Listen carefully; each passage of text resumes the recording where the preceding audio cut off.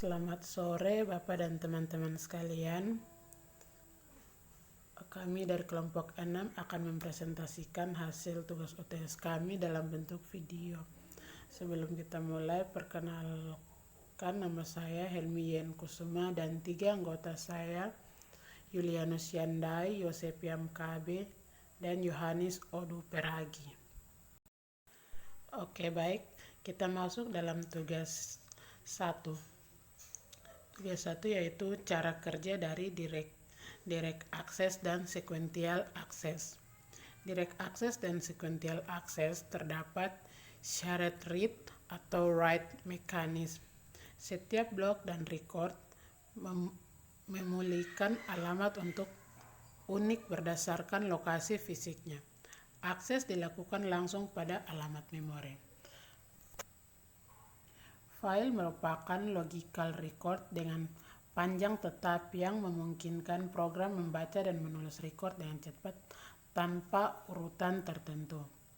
Metode akses langsung berdasarkan metode DIX dari suatu file, memungkinkan acak ke sembarang blok file, memungkinkan blok acak tersebut dibaca atau ditulis. Operasi pada akses langsung terdiri dari read and write and position to end, read, next, write, next, reread, end. Operasi full dimodifikasi untuk memasukkan nomor blok sebagai parameter. Nomor blok ditemukan user yang merupakan nomor blok relatif. Misalnya, indeks relatif ke awal dari file.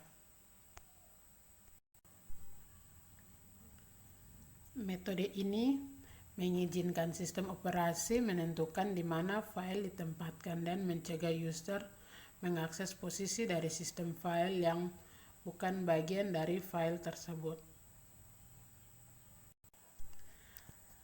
Tidak semua sistem operasi menggunakan baik akses berurutan atau akses langsung untuk file. Beberapa sistem hanya menggunakan akses berurutan. Beberapa sistem lain menggunakan akses langsung. Kita bisa lihat pada contoh gambar di bawah ini yaitu sequential access. Sequential access ini dia menggunakan cara secara berurutan. Dia tidak dengan acak, tetapi dia mengikuti jalur. Dari 1 bila mana terdapat angka 2 di sebelahnya, dia akan mengikutinya secara berurutan. Dan random access. Random access ini dia tidak secara berurutan tetapi secara acak. Dia bisa memulai dari 1 menuju ke 2 yang dilewati angka 3 dan 7.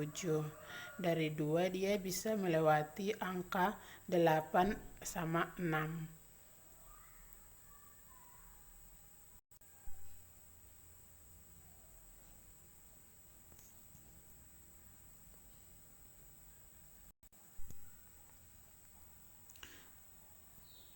Tugas 2 yaitu cara kerja magnetic disk.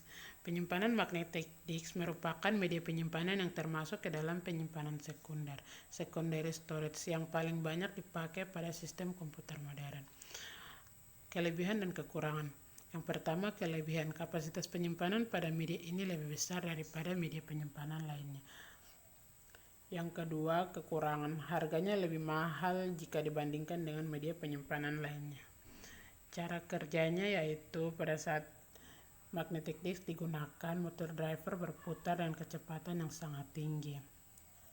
Permukaan disk terbagi atas beberapa track yang masih terbagi lagi menjadi beberapa sektor. Cakram fake head memiliki 1 head untuk tiap-tiap track, sedangkan cakram moving head atau sering dikenal dengan nama cakram keras hanya memiliki 1 head yang harus dipindah-pindahkan untuk mengakses dari satu track ke track yang lainnya. Macam-macam media magnetic disk. Yang pertama ada disket, hard disk, flash disk, memory card, dan zip drive. Baik, sekarang kita masuk pada tugas yang ketiga yaitu Linux Debian. Kurang lebih logo gambarnya seperti ini. Langsung saja kita masuk pada pembahasan yang akan kita bahas. Pembahasan yang pertama yaitu pengertian Linux Debian, yang kedua sejarah Linux Debian, yang ketiga paket Debian, keempat jenis-jenis Linux Debian. Yang pertama, pengertian. Debian adalah sistem operasi komputer yang tersusun dari paket-paket perangkat lunak yang dirilis sebagai perangkat lunak bebas dan terbuka dengan lisensi mayoritas GNU, General Public Lisensi, dan lisensi perangkat lunak bebas lainnya. Debian GNU atau Linux memuat perkakas sistem operasi GNU dan kernel Linux merupakan distribusi Linux yang populer dengan pengaruh dan berpengaruh. Debian didistribusikan dengan akses ke repositori dengan ribuan paket perangkat lunak yang siap untuk instalasi dan digunakan. Debian terkenal dengan sikap tegas pada filosofi dari Unix dan perangkat lunak bebas. Debian dapat digunakan pada beragam perangkat keras, mulai dari komputer jinjing dan desktop hingga telepon dan server. Sistem operasi Debian ini merupakan gabungan dari perangkat lunak yang dikembangkan dengan lisensi GNU dan utamanya menggunakan kernel Linux, sehingga populer dengan nama Debian GNU atau Linux. Sistem operasi Debian yang menggunakan kernel Linux merupakan salah satu distro Linux yang populer dengan kestabilitannya. Dengan memperhitungkan distro berbasis Debian seperti Ubuntu, Xubuntu, Knoppix, Mint, dan sebagainya. Yang kedua yaitu sejarah. Debian pertama kali diperkenalkan oleh Ian Murdoch, seorang mahasiswa dari Universitas Purdue, Amerika Serikat, pada tanggal 16 Agustus 1993. Nama Debian berasal dari kombinasi nama Ian dengan mantan kekasihnya Debra Lynn, Deb dan Ian.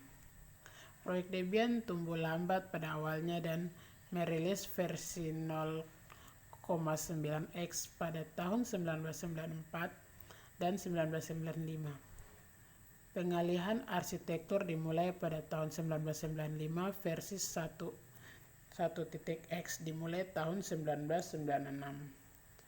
Pada tahun 1996, Bruce Perens menggantikan Ian Murdoch sebagai pemimpin proyek. Dalam tahun yang sama, pengembangan Debian, Ernst Schussler berinisiatif untuk membentuk Debian Social Control dan Debian Free Software Guidelines, memberikan standar dasar komitmen untuk pengembangan distribusi Debian. Di akhir tahun 2000, proyek Debian melakukan perubahan dalam arsip dan manajemen rilis, serta pada tahun yang sama para pengembang memulai konferensi dan workshop tahunan DebConf. Di April tanggal 8, 2007, Debian GNU atau Linux 4.0 dirilis dengan nama kode etc. Rilis versi terbaru lagi pada Debian terbaru pada 2009 diberi nama kode Lenny. Deb adalah perpanjangan dari paket perangkat lunak Debian format dan nama yang paling sering digunakan untuk paket-paket binary seperti itu. Paket masuk ke yang ketiga yaitu paket Debian. Paket Debian ini adalah standar Unix pada arsip yang mencakup dua zip, yaitu tar bisped atau ismet arsip, salah satu yang memegang kendali informasi dan lain yang berisi data. Program kanonik untuk menangani paket-paket tersebut adalah DPKG, paling sering melalui apt atau attitude. Ada beberapa paket Debian yang tersedia sebagai bootpath, yaitu microdep, dan biasanya hanya digunakan untuk bootstrap instalasi Linux Debian. Meskipun file tersebut menggunakan ekstensi nama file dep, mereka mematuhi struktur yang sama seperti biasa dep, namun tidak seperti rekan-rekan mereka. Dep hanya bisa paket-paket udep fungsional penting file secara khusus. File dokumentasi biasanya dihilangkan. Udep paket tidak dapat diinstal pada sistem Debian standar. Paket Debian juga digunakan dalam distribusi berbasis pada Debian seperti Ubuntu dan lain-lain. Yang keempat yaitu jenis-jenis. Banyak distribusi Linux lainnya berbasis Debian, antara lain Ubuntu, Mepis, Dremio-Linux,